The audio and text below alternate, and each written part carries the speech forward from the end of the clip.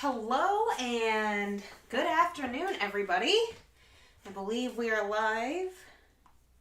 And this is month 4 of the Summer Delight block of the month.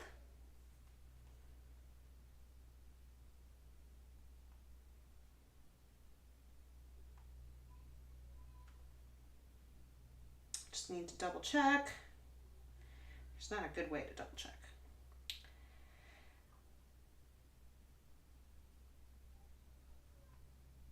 All right.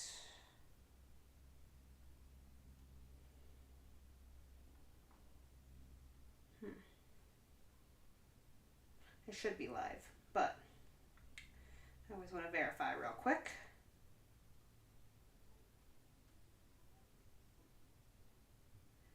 I am live. Awesome. Okay. All right, so month 4. This is a 6-month block of the month. This is the pattern that we are making. It is a 72 by 84 inch quilt. It's a pretty big block of the month. This month we are making this block right here. Okay? You're going to end up making 8 of these blocks. But we're going to make one of them on stream as a demo, and then we'll work on showing you kind of tips and tricks on making that block. There are 8 of them in this pattern. Put that up. In the link, if you haven't gotten the pattern yet, you can get the PDF pattern yourself, or you can buy a quilt kit that comes with a paper copy and a PDF copy. This block that we're making right here is 2, 4, 6, 8, all right? So that's what we're going to be doing. Now, a couple different things to note. If you bought this from a shop and you're getting a monthly quilt kit, like a monthly kit, you will notice you have fat eighths in for 4 different colors. I believe that is fabric D, E, G, and H. You will get half a width of fabric because they're fat eighths. And then I have you cut strips out of it by half a width of fabric. Now, if you got a quilt kit from a shop and they gave you all of the fabric at one time, or you got a kit like from me and I gave you all the fabric for the whole month, what ends up happening is that you will need to cut the largest with the fabric strip, slice off where the fold is, and then cut the 2 smaller strips from the other side. That's the best way to utilize your fabric, okay? I want to make that call out here. And we're going to do that because we're going to do some strip piecing. Please note that, pretend that these are the same length. I did some extra ones to save some time on stream. But for the first thing that we're going to do, we're going to make some half square triangles out of fabric A and background. And really, we use clearly slotted, or we use clearly perfect angles and clearly slotted trimmers to make our half square triangles. If you don't have a half square triangle like liner or the clearly perfect angles on your machine, you see all my lines on my bed of my machine, you can essentially draw a line from corner to corner and then sew a quarter inch off of either side of that line. But because I do, I'm going to go ahead and put these right sides together. And I'm going to go ahead and put this on my machine. Using the clearly perfect angles, I am aligning my sides on the diagonal and then following kind of the instructions on how to do my lines or my stitch lines without drawing my line. Alright, so I'm going to do that on both sides of this triangle or this square to get 2 triangles. Alright. Like so. Okay, so we've sewed on both sides. And what we're going to do is we're going to actually cut these apart. I'm going to flip them to the back because it's a little bit easier to see. I'm going to cut them apart on the diagonal. And then I'm going to trim up this half square triangle with my clearly slotted trimmers, trimmer A. All right. You're going to put your stitch line on the stitch line of the size that you want. Cut 2 sides and cut the dog ears. Now, if you don't have a clearly slotted trimmer A, then you're probably going to want to trim these up with a square ruler or a block ruler or something to that effect, okay?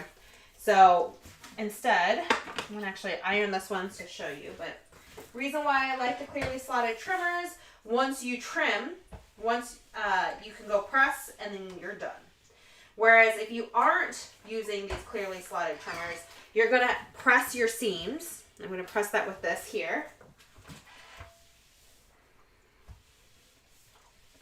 And then you're going to have to take a square ruler or a ruler that's larger than this. Align it with that seam line here. And make sure that you can trim up 2 sides like so. Rotate 180 and trim up the other 2 sides.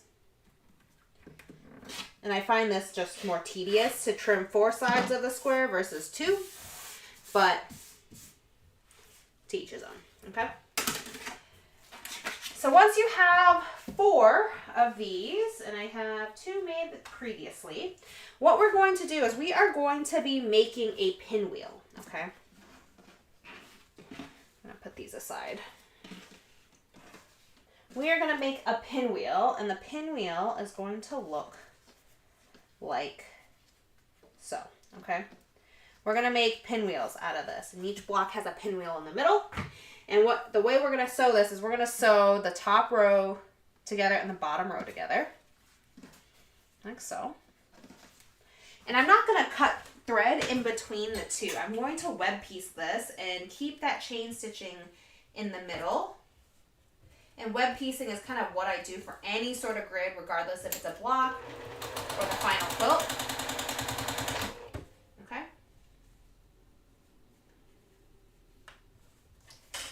Second piece. And what I'm going to do now, once I have this sewn together, right, I only cut the, at the ends, I didn't cut them apart in the middle, is I'm going to go ahead and I'm going to press these seams in alternating directions so they will nest when I sew the long seam between the 2 together.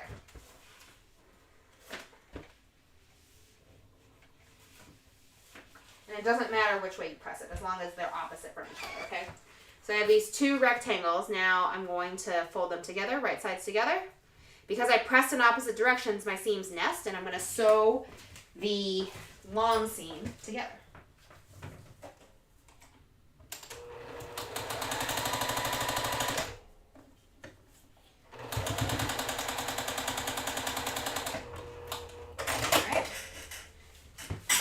So now that we have that done, we're going to press our seams open to complete the pinwheel. Now our next step is we're going to actually frame out this pinwheel, and we're going to put borders on it. Okay? We're going to put these fabric C borders on this piece here, okay? So we're going to do 2 on each side and then add 1 on the top and bottom, all right? I'm going to do that. And this is also really good to have make sure that your 1/4 inch seams are correct, or else your pieces will not end up the right size. Meaning the piece that you're adding on may be smaller or larger based off your seam allowance. So you want to make sure that you are using an accurate 1/4 inch seam.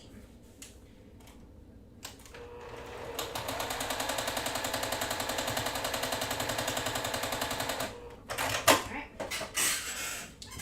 I'm going to go ahead and press these.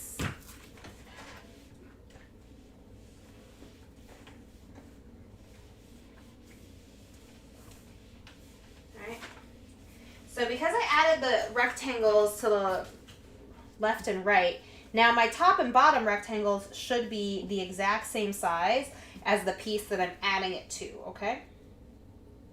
If they're too small, my seam allowances are too small as well, right? If the ones I'm adding are too small. If they're too big, meaning they overhang, that means my seam allowances are too big. And so I need to go back and unstitch and restitch my seam allowances, okay? Go ahead and stitch these down.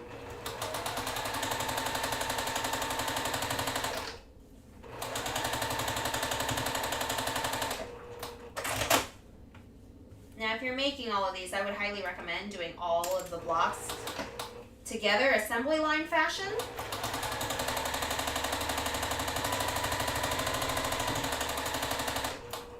It makes it a little bit easier as you're just doing repetitive steps over and over again. All right. Okay, so now that we have the first frame, right, we have that. We actually have a second frame that we're going to be doing in background. So we have 2 white that will go left and right. 2 left, 2 rectangles that will go top and bottom. So very, very similar to what we just did with fabric C. On our pinwheel, we're gonna do with background. Okay, and take that to the machine.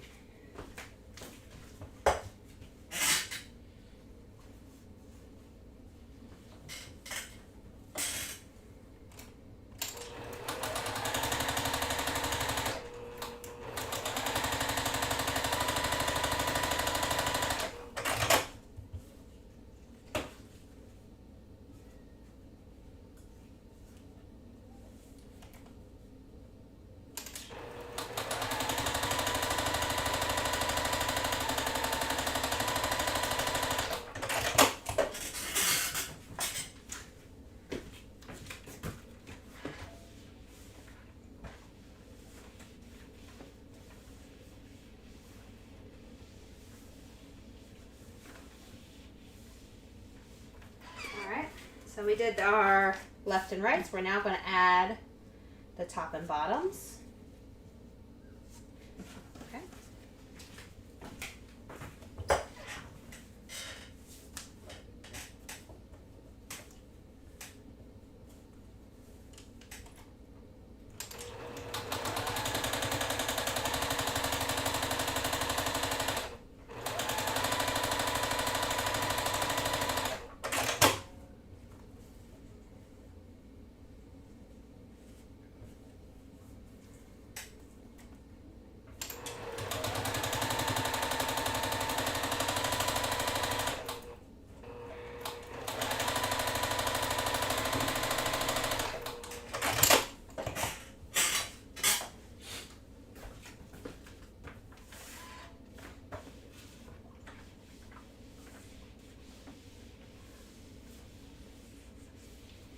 All right, so now we have our center units complete, okay? This is what that center unit looks like.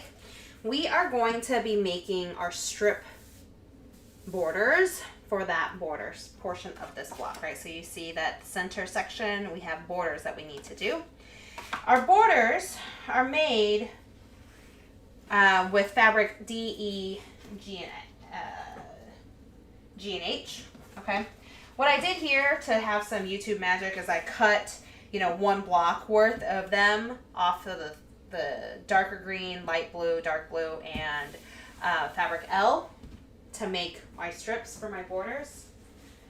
But the fastest way to do this assembly, honestly, is to do some strip piecing.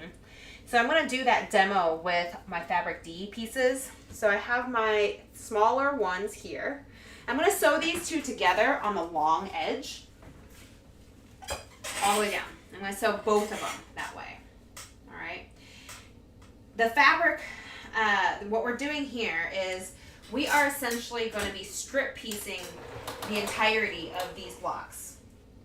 And we're going to cut from the strip piecing what we're going to need for our borders for all 8 of our blocks. So this is the second time we've done strip piecing. Second or third time we've done strip piecing for this quilt. Same concept.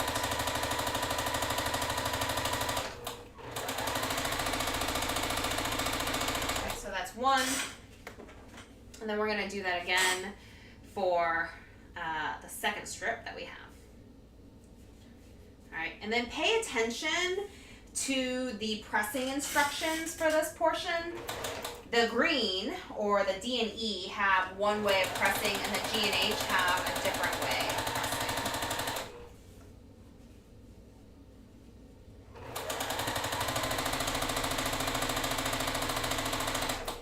you are a open seam presser,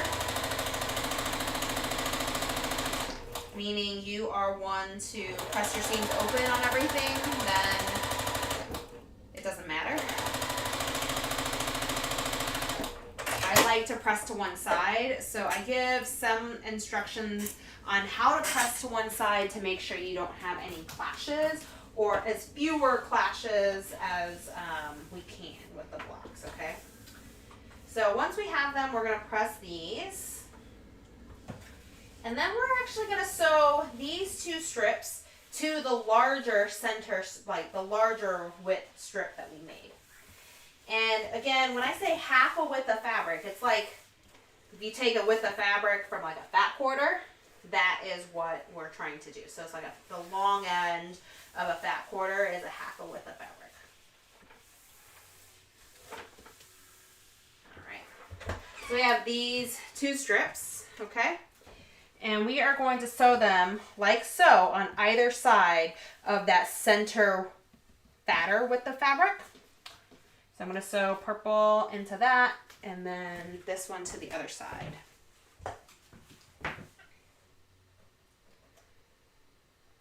There should be enough fabric for you to trim up your edges from strip piecing, so I'm not super concerned about, you know, if the edges at the end don't 100% meet. If you don't like strip piecing, you can always cut your pieces into the smaller chunks to then piece your borders. To do those individually versus all at one time.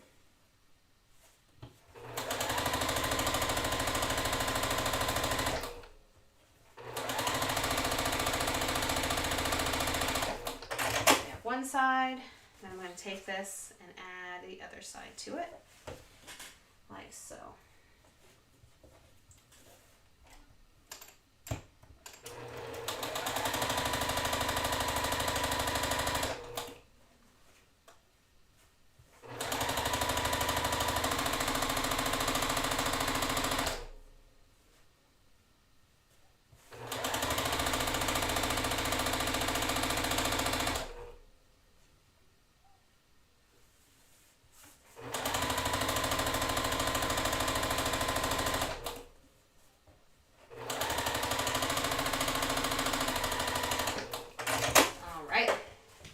So once we have those, I'm going to press these now also so that we have one big width.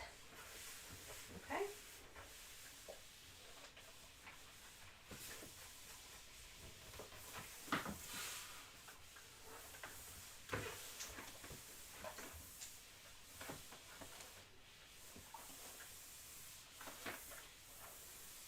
All right. So we have one big width that looks like this, all right? We will repeat this with the other colors. But for now, what I did with the other colors in preparation to do some YouTube magic is I cut this size strip from each of the bottom pieces and then just normally piece these together like you would individually. But the fastest way is literally just to make a big piece like so. And what we're going to do is we are going to cut these strips from this with the fabric, okay?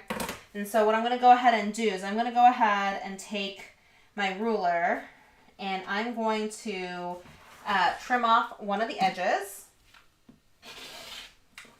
So we have a straight edge to work with. And then I'm going to cut my pieces that I'm going to need for my border pieces, okay? And I'm going to cut 8 because I need 8 of them, 1 per block. And this is why the strip piecing this way is so much faster, is that I'm doing them all together versus individually piecing all of these little strips to make the broader border. All right, that's 4, 5, 6,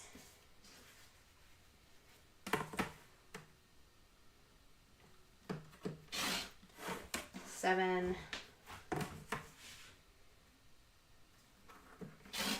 8, and as you can tell, I trimmed off on one side and I also have enough excess. So if you kind of screw up, you always have time to readjust. Now we have our block, and we have one of each of these borders, okay? And so what we're going to do is we are going to have the blue like so, or the green like so, and I believe the blue like so. I believe. I need to double check. I just want to make sure that that is correct. Okay, perfect. I guess it could be the other way around, but that's okay. So we have these as the borders. I'm going to scoot this up a little bit. So what we have here is almost the block, right? We have these corners that we need, and we're going to fill these in with some background squares. And now we have a grid again. So I'm going to sew this column over to what we have here. And then I'm not going to cut in between. I'm going to come back and I'm going to add the other side to here. What I like to do is to put the smaller piece on top of the larger piece, which is why I'm not doing column 2 on column 1. Instead, I'm doing column 3 on column 2, like so, okay? So I'm going to be sewing these pieces down, and I'll be right back.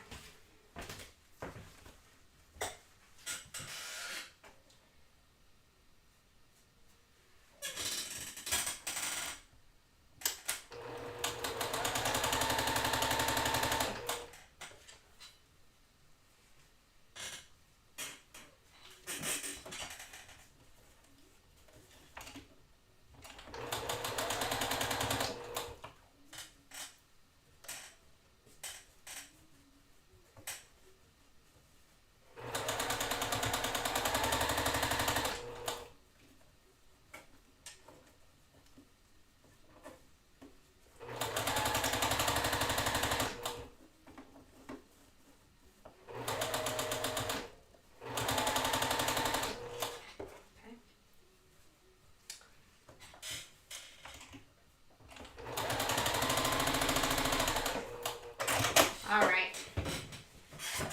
One of the things I forgot to mention is your seams actually do nest right here, given the seams from the border of the framed pinwheel. All right, so now that we have the one side done, we're gonna go and sew the other way on, and starting from this bottom blue one. So this one will sew up that way, okay?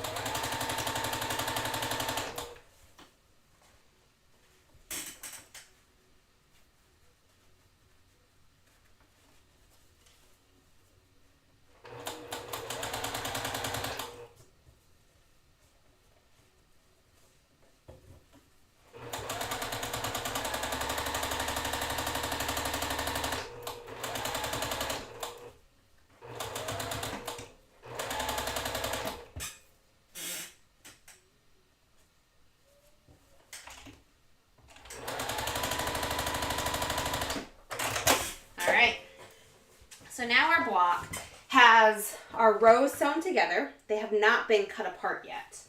And so what we're going to go ahead and do here is we are going to go and press these seams towards the outside borders, the print borders, right? So press towards the dark of the fabric. Oops.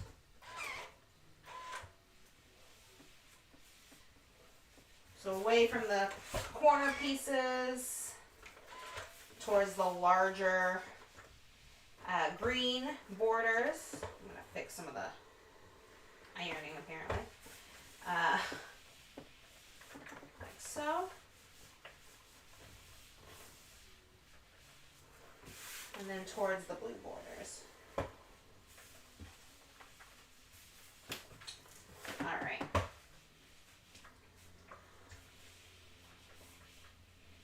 So now that those are pressed, we're going to be able to fold our top and bottom rows towards the center of that block and sew the long edge across to finish out the block.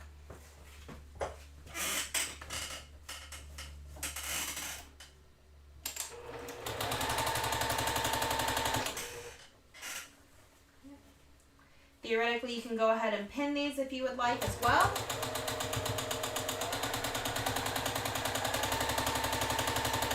The seams that intersect are the ones from the corners to the side units.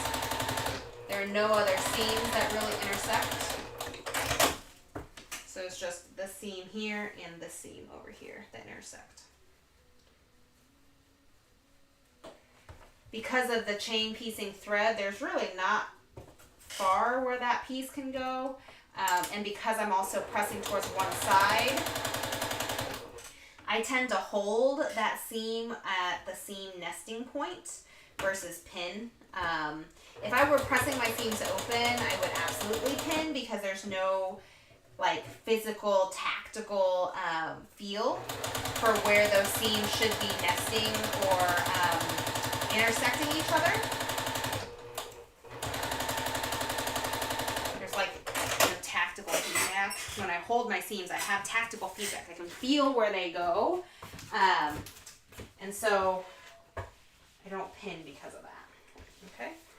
And then now we're going to press these seams out towards the smaller rows. And we are going to be finished with month 4. So we are making 4 of these blocks this week. If you notice, I'm trying to get our blocks to be somewhat similar in terms of time. This block would have taken much longer had we been chain piecing or doing the long strip piecing on stream. But this is what month 4 will look like. We are going to make 8 of these blocks. So next month, we will be doing month 5. And it's going to be a paper piecing block. It's going to be these big corner pieces. And they're going to be 4 blocks that we do in month 5. Make sure when you are printing your pieces, there is a pattern link, like a URL in the pattern for you to go download just the templates for free since you've already have the pattern. And there is also a page, it's page number 12, in the pattern that you can photocopy to make the templates that you need for this block. And you will need 16 pages of this template, 4 per block. It's a big one. But we will do that foundation paper piecing demo on stream next month, August 12th, I believe. It's the second Saturday in August, which is August 12th at noon. So we will be on stream here on YouTube to do that foundation paper piecing tutorial for month 5. All right.